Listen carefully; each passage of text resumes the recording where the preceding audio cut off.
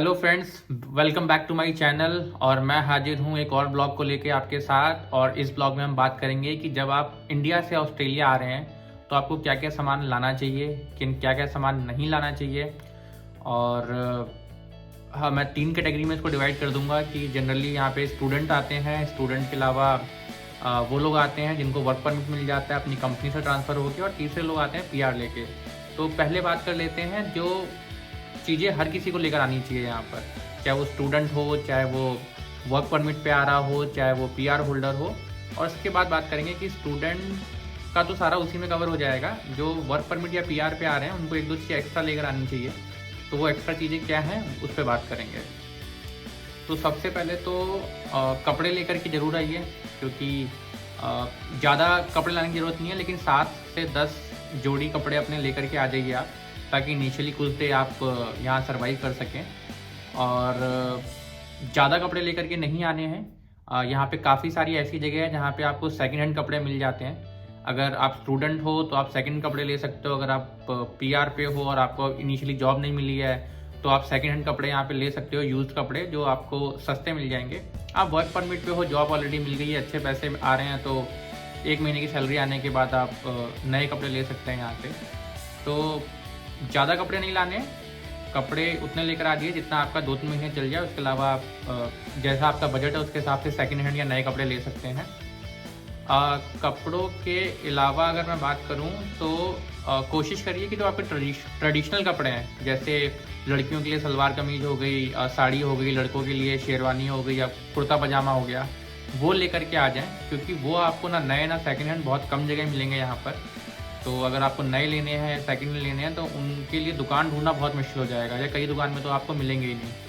तो कोशिश यही कीजिए कि ट्रेडिशनल कपड़े ज़्यादा ले आइए, और जो आपका jeans, T shirt, pant shirt, ये सारी चीज़ें ये आपको नए पुराने सब मिल जाएंगे, तो उसमें कोई ऐसी दिक्कत नहीं होनी चाहिए। उसके अलावा जो आप ला सकते हैं सामान, वो है आपका एक टॉवल जरूर लेकर के आइए। इनिशियल आप कहीं पे भी रहेंगे तो आपको टॉवल की ज़रूरत पड़ेगी। यहाँ पे आते ही आपको टॉवल मिल जाएगा, मतलब, लेकिन आपको ढूंढना पड़ेगा। तो 15-20 दिन के हिसाब से आप, जब तक आप ट्रैवल नहीं करना चाहते हैं, तो आप टॉवल लेकर के आइए। साथ में बेसिक सोप, फेसबुक बोल रहा हूँ, फेसबुक नहीं, फेस वॉश, सोप,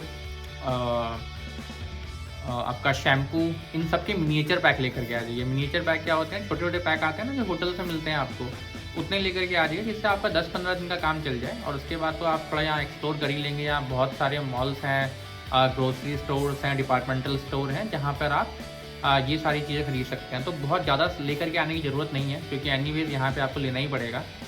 थोड़े टाइम के बाद वो ख़त्म हो जाएगा। तो छोटे छोटे पैक लेकर आ जाइए, ताकि आपका लगेज का वेट ज़्यादा ना हो और वेट कम रहे, और वो 30 किलो 25 किलो जितना भी आपकी फ़्लाइट में अलाउड है उसके हिसाब से आप सामान ला सकें। इसके अलावा शेवर लेकर आ जाइए भाई। यहाँ पे हेयर कट और शेव बहुत महंगा है, तो अगर आप खुद से शेव कर लेते हैं तो मैं सजेस्ट करूँगा अपना शेवर लेकर के आइए, ताकि आपके काफ़ी सारे पैसे तो यहाँ पे बच जाएंगे। और कपड़ों की बात करूँ तो अगर आप बोलेंगे कि मौसम कैसा रहता है वहाँ पे, तो ऑस्ट्रेलिया में यहाँ पे मौसम ठंडा गर्म दोनों रहता है, इंडिया की तरह। इंडिया से बिल्कुल अपोजिट है। जब इंडिया में गर्मियाँ होती हैं तब यहाँ पे सर्दियाँ होती हैं। जब इंडिया में सर्दियाँ होती हैं तब यहाँ पे गर्मियाँ होती हैं। तो आप डिपेंडिंग अपन किस वेदर में या किस समय आप आ रहे हैं यहाँ पर, उसके हिसाब से आप अपना डिसाइड कर सकते हैं कि आपको क्या कपड़े लाने हैं। और सब मान लीजिए कि आप गर्मियों में वहाँ से ट्रैवल कर रहे हैं, तो आप ये मान के चलिए कि यहाँ काफ़ी ठंड होगी, तो आप अपनी जैकेट्स, हुडीज, ये सब लेकर आएँ, वरना आपको इनिशियल 2-4 दिन काफ़ी दिक्कत हो सकती है। और अगर वहाँ पे ऑलरेडी सर्दियाँ हैं तो यहाँ पे तो गर्मी होगी, जैकेट वगैरह की ज़रूरत नहीं है। आप यहाँ पे जैकेट आराम से खरीद भी सकते हैं, पर 1-2 जैकेट लेकर आएंगे तो आपके लिए अच्छा हो जाएगा। वेदर का हो गया, आपका शेवर हो गया, मिनिएचर सोप हो गए। हाँ, कैश लेकर के आइए, क्योंकि आते ही एयरपोर्ट पे कई बार ऐसा होता है कि आपको कैश नहीं मिला, या कई बार कैब ड्राइवर कैश नहीं लेते, या आपका इंटरनेशनल क्रेडिट कार्ड या जो भी कार्ड आप लेकर आए हैं वो नहीं चल रहा है, और आपको एयरपोर्ट से अपने होटल जाना है, या एयरबीएनबी जाना है, या किसी दोस्त के यहाँ भी जाना है, तो आपको कैश की ज़रूरत पड़ सकती है। या एयरपोर्ट पर कुछ खाने का मन कर रहा है, आपका कार्ड नहीं चल रहा है, 12 घंटे की फ़्लाइट लेकर आप आते हो, 16 घंटे की फ़्लाइट लेकर आते हो, तो आपके लिए बहुत दिक्कत हो जाता है। तो थोड़ा बहुत कैश ज़रूर लेकर आइए, $400-500 लेकर के आएंगे इनिशियली, तो आपका काम चल जाएगा। बाकी आप यहाँ आते अपना बैंक अकाउंट खुलवा सकते हैं और बैंक अकाउंट खुलवा के इंडिया से पैसा ट्रांसफ़र कर सकते हैं उसमें, तो वो उसमें कोई इतनी बड़ी दिक्कत नहीं आती। मैंने भी ऐसा ही किया था।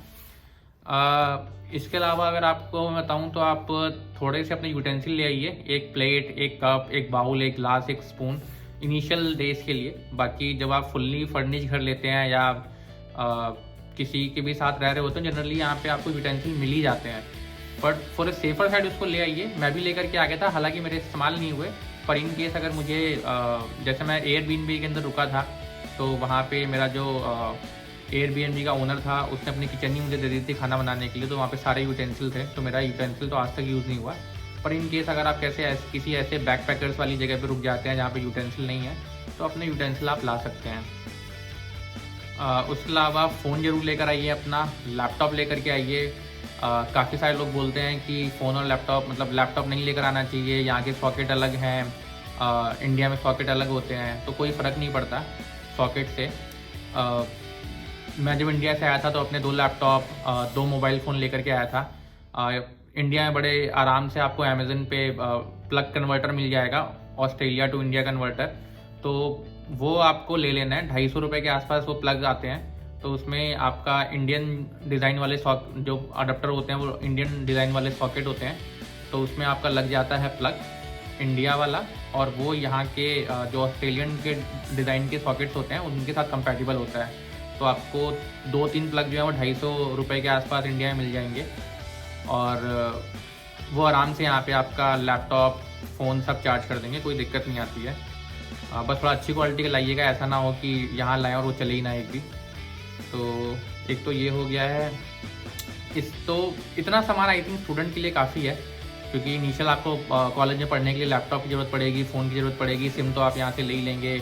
रोमिंग इनेबल करा के आ जाइए 1 महीने के लिए, क्योंकि इनिशियली हो सकता है आपका 1-2 कॉल आपको अटेंड करने पड़े, या इनिशियली यहाँ पे आपको पहले 1-2 दिन वाईफाई ना मिले कहीं पे कनेक्शन, तो फिर आप अपने फ़ोन के डेटा को यूज़ करो, तो वो आप थोड़ा सेफर साइड कर सकते हैं। मैंने भी ऐसा ही किया था।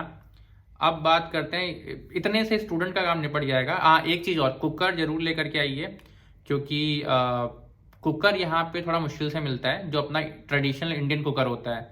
राइस कुकर वगैरह तो यहाँ बहुत मिलते हैं, इवन तो अब ट्रेडिशनल कुकर ही मिलने लग गए हैं इंडियन ग्रोसरी स्टोर पे, लेकिन जो अपना वो कम जगह मिलते हैं। तो अगर आप घर से यहाँ पे आ रहे हैं तो एक इंडियन ट्रेडिशनल कुकर लेकर आ जाइए, अगर आपको खाना बनाने का शौक है। अगर आपको खाना बनाना आता ही नहीं है, आप मेरी तरह हैं, तो वही मत लेकर के आइए, क्योंकि फिर कोई फ़ायदा ही नहीं है उसका, आप खाना बना ही नहीं पाएंगे आप तो। अच्छा गाइस, 2 इम्पॉर्टेंट चीज़ें जो आपको लेकर आनी चाहिए इंडिया से। एक तो है आपकी मेडिसिन, अगर आप किसी भी तरह की दवाइयाँ खाते हैं, बीपी की, शुगर की, तो वो ज़रूर लेकर आएँ, और उनके साथ उनका प्रिस्क्रिप्शन ज़रूर लेकर आएँ। बिना प्रिस्क्रिप्शन के मेडिसिन अलाउड नहीं है यहाँ पे, तो आपको ऑस्ट्रेलिया बॉर्डर के अंदर वो लाने नहीं देंगे, आपको वहीं छोड़नी पड़ जाएंगी, और वो डिक्लेयर भी करनी है आपको। उसके अलावा अगर आप चश्मा पहनते हैं मेरी तरह, तो चश्मा लेकर आइए 1-2 पेयर, क्योंकि यहाँ पे चश्मे बहुत महंगे हैं। मतलब एक चश्मा अगर आप बनवाएंगे तो 10,000 12,000 का पड़ेगा। इंडिया में लेंस कार्ड्स बनवाएंगे तो 1500 2000 इतने बन जाता है आपका चश्मा। तो 2 या 3 पेयर ऑफ स्पेक्स लेकर ज़रूर आएँ अगर आप चश्मा पहनते हैं। और दवाइयाँ और उनकी प्रिस्क्रिप्शन, ये भी बहुत इम्पॉर्टेंट है। इसके अलावा हाँ, एक मैंने काफ़ी सारे ब्लॉग्स में देखा था, लोग आपको मना करते हैं कि इंडिया से मसाले लेकर मत आइए, इंडिया से पैक्ड फूड लेकर मत आइए, यहाँ पे अलाउड नहीं होता। तो ये सारा मिथ है, ऐसा नहीं है। इंडिया से जो खुले मसाले होते हैं वो अलाउड नहीं है, लेकिन कई लोग तो वो भी लेकर के आ जाते हैं। चीज़ ऐसी है कि आपको ना यहाँ पे लैंड होने से पहले डिक्लेयर करना पड़ता है कि अगर आप खाने का कोई आइटम लेकर के आ रहे हैं, तो उसके बाद अगर वो पैक्ड फूड है, उस पर सारे उसके इंग्रेडिएंट्स लिखे हुए हैं, क्या क्या उसमें डाला हुआ है वो लिखा हुआ है, तो 95% ऑफ टाइम वो अलाउड हो जाता है और आप उसको लेकर के आ जाते हैं। तो अगर आप फैमिली के साथ आ रहे हैं, सिंगल आ रहे हैं, तो मसालों की ज़रूरत भी नहीं है। फैमिली के साथ आ रहे हैं तो फिर आप थोड़े बहुत 15-20 दिन के लिए हिसाब से मसाले अपने ला सकते हैं। चटनियाँ ला सकते हैं इंडिया से जो पैक्ड होती हैं, चिंग्स वगैरह की, और उनको डिक्लेयर कर दीजिए। मेरी भी फ्रेंड आई थी तो उसने भी यही किया था, चटनियाँ मसाले वो सारे अपने इंडिया से लेकर के आई थी, उसने डिक्लेयर कर दिया और वो बॉर्डर फोर्सेस से आराम से निकल गई, किसी ने कुछ पूछा भी नहीं उसको। पर हाँ, मैं ये बोलूँगा कि आप बहुत ज़्यादा मसाले मत लेकर के आइए, थोड़ा अमाउंट लेकर के आइए, 1000-1500 रुपये तक का सामान लेकर के आ जाइए, इन केस अगर बॉर्डर फोर्सेस आपको रोक भी देती हैं डिक्लेयर करने के बाद कि नहीं ये आप लेके नहीं ले जा सकते, तो फिर आपको वो सामान वहाँ छोड़ना पड़ेगा।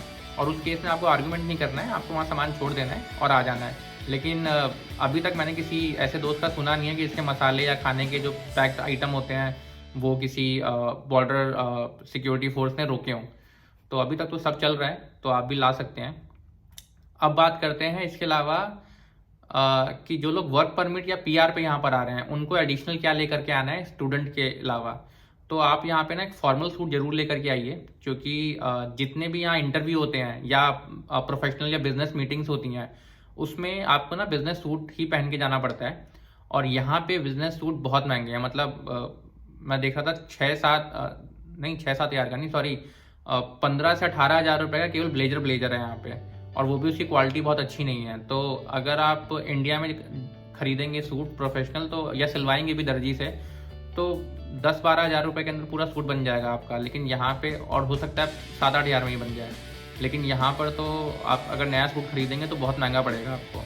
तो क्योंकि आपको बिजनेस मीटिंग अटेंड करनी पड़ेगी अगर आप वर्क परमिट पे आ रहे हो, और अगर आप पीआर पे आ रहे हो तो डेफिनेटली आपको इंटरव्यू पे जाना पड़ेगा। तो इंटरव्यू पे आप फॉर्मल शर्ट और पैंट पहन के भी जा सकते हैं, लेकिन वो एडवाइजेबल नहीं है। आप फॉर्मल सूट में जाते हैं तो थोड़ा अच्छा इंप्रेशन पड़ता है।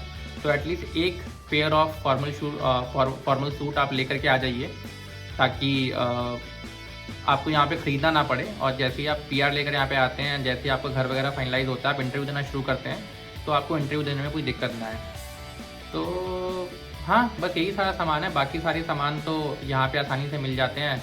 जैसे आपको 10-15 दिन हो जाते हैं, इनिशियल 10-15 दिन की आपको दिक्कत होती है। 10-15 दिन जैसे ही आपको कंप्लीट हो जाते हैं, आपको पूरा आइडिया मिल जाता है कि कहाँ पे ग्रॉसरी स्टोर है, कहाँ पे इंडियन ग्रॉसरी स्टोर्स है, कहाँ पे अच्छे कपड़े मिलेंगे, कहाँ पे सेकेंड हैंड कपड़े मिलेंगे, यूटेंसिल, फिर आप सब कुछ खरीद सकते हो यहाँ से वीकेंड पे जाके, तो उतनी दिक्कत नहीं आती है। तो यही सारी चीज़ें जो आपको ध्यान रखनी है। और कई सारे लोगों के ब्लॉग देख रहा था, उसमें लिखा हुआ था कि आप कुत्ते बिल्लियाँ मत लेकर आइए, वो अलाउड नहीं है। अरे भाई, कुत्ते बिल्लियाँ कौन लाएगा यहाँ पे? इंसान तो आ नहीं पा रहे वहाँ से, उनको पीआर मिल नहीं रहा, कुत्ते बिल्लियाँ कौन लाए? तो ठीक है, रूल्स एंड रेगुलेशन के हिसाब से है वो कि आप पेट्स नहीं ला सकते, लेकिन मतलब इंडिया में कोई बहुत रईस आदमी होगा वही अपने कुत्ते बिल्लियों को घुमाने के लिए ऑस्ट्रेलिया लेकर आएगा। हमारे जैसा आम आदमी तो लेकर के आएगा नहीं, तो उसका तो कोई बेनिफिट है नहीं बताने का। पर लोग बता रहे होते हैं, बट ठीक है, बता रहे हैं, तो ठीक ही बात है। इसके अलावा तो मुझे लगता नहीं कोई और चीज़ है जो आपको पैक करके लानी चाहिए इंडिया से, जो यहाँ पे नहीं मिलेगी, या इनिशियल 10-15 दिन जिसकी वजह से आप परेशान होंगे। तो आज का ब्लॉग यहीं ख़त्म करते हैं और फिर मिलते हैं आपसे अगले ब्लॉग में। तब तक के लिए बाय बाय, टेक केयर।